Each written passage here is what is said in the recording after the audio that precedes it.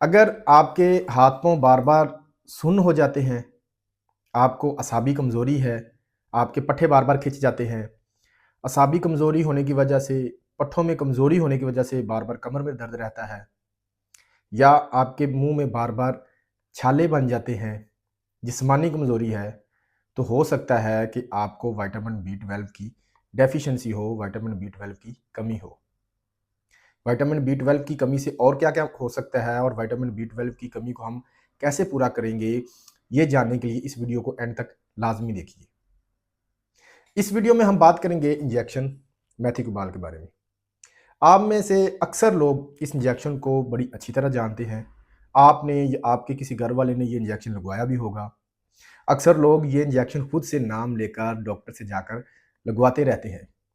तो इस वीडियो में हम बात करेंगे कि इंजेक्शन मेथिकोबाल के फ़वाइद क्या हैं, क्यों लगवाया जाता है, किन लोगों को लगवाना चाहिए, किन लोगों को नहीं लगवाना चाहिए, इसकी डोज़ क्या है और इसके नुकसानात क्या-क्या हो सकते हैं। इंजेक्शन मेथिकोबाल के अंदर जो मेडिसिन मौजूद है, इसका नाम है मिकोबालामिन। और भी बहुत सी कंपनीज़ के इंजेक्शन यूज़ हो रहे हैं मतलब जिसमें मिकोबालामिन मौजूद है। तो आज हम बात करेंगे इंजेक्शन मेथिकोबाल के बारे में। बेसिकली इस इंजेक्शन के अंदर जो दवाई है वो है मिकोबालामिन। मिकोबालामिन बेसिकली बी12 का इंजेक्शन होता है, यानी कि ये बी12 का इंजेक्शन है। इस इंजेक्शन का काम क्या है? ये करता क्या है? बी12 हमारी जो खुराक हम खाते हैं, कार्बोहाइड्रेट्स, प्रोटीन, फैट उन सबको तोड़ता है, एनर्जी में कन्वर्ट करता है। इसके अलावा खून में रेड ब्लड सेल्स की प्रोडक्शन करता है। नर्वस सिस्टम के लिए, ब्रेन की हेल्थ के लिए, हार्ट की हेल्थ के लिए और इनके फंक्शंस को बेहतर बनाने में अपना किरदार अदा करता है। इसके अलावा ये डीएनए, आरएनए, प्रोटीन बनाने का काम करता है, नर्वस सिस्टम को मजबूत बनाता है, याददाश्त बेहतर करता है, असाब को ताकत देता है, पट्ठों को मजबूत बनाता है। अब बात करते हैं कि अगर इस विटामिन की डेफिशिएंसी होगी तो क्या होगा? इसकी कमी से खून की कमी, खासतौर पर रेड ब्लड सेल्स की कमी हो जाएगी, रंग पीला हो जाएगा, माउथ अल्सर हो सकता है। आपने देखा होगा कि अक्सर लोगों को बार-बार मुँह में छाले बनते रहते हैं, बार-बार मुँह में अल्सर हो जाता है, तो ज़्यादातर उनको विटामिन बी12 की डेफिशिएंसी होती है। इसके अलावा विटामिन बी12 की डेफिशिएंसी से डिप्रेशन हो सकता है, हाथों और पाँव में सुइयाँ चुभेंगी, चींटियाँ काटेंगी, टिंगलिंग नमनेस होगी, हाथ-पाँव बार-बार सो जाएँगे। इसके अलावा इसकी कमी से असाबी कमज़ोरी हो जाएगी, याददाश्त कमज़ोर होगी, असाबी खिंचाव आएगा, असाब में दर्द, पट्ठों में दर्द, पट्ठों और असाब में बार-बार खिंचाव आएगा। आमतौर पर पेरिफेरल न्यूरोपैथी में इसकी डेफिशिएंसी हो जाती है और शुगर के मरीज़ जो होते हैं, उनमें भी विटामिन बी12 की डेफिशिएंसी हो जाती है। तो अब बात करते हैं कि किन लोगों को इंजेक्शन मेथिकोबाल लगवाना चाहिए। अगर आपको विटामिन बी12 की डेफिशिएंसी है या विटामिन बी12 की डेफिशिएंसी की वजह से खून की कमी है, शुगर है, पेरिफेरल न्यूरोपैथी है, तो इसका इस्तेमाल किया जा सकता है। कोई नर्व डैमेज है तो इसका इस्तेमाल किया जाता है। अगर आपके हाथ-पाँव में नमनेस है, हाथ-पाँव सुन्न होते हैं तो इसका इस्तेमाल किया जा सकता है। पट्ठों में कमज़ोरी है, असाबी कमज़ोरी है, याददाश्त में कमज़ोरी है, असाब में दर्द रहता है, पट्ठे बार-बार खिंच जाते हैं, असाब कमज़ोर होने की वजह से, पट्ठे कमज़ोर होने की वजह से बार-बार कमर में दर्द रहता है तो इसका इस्तेमाल किया जा सकता है।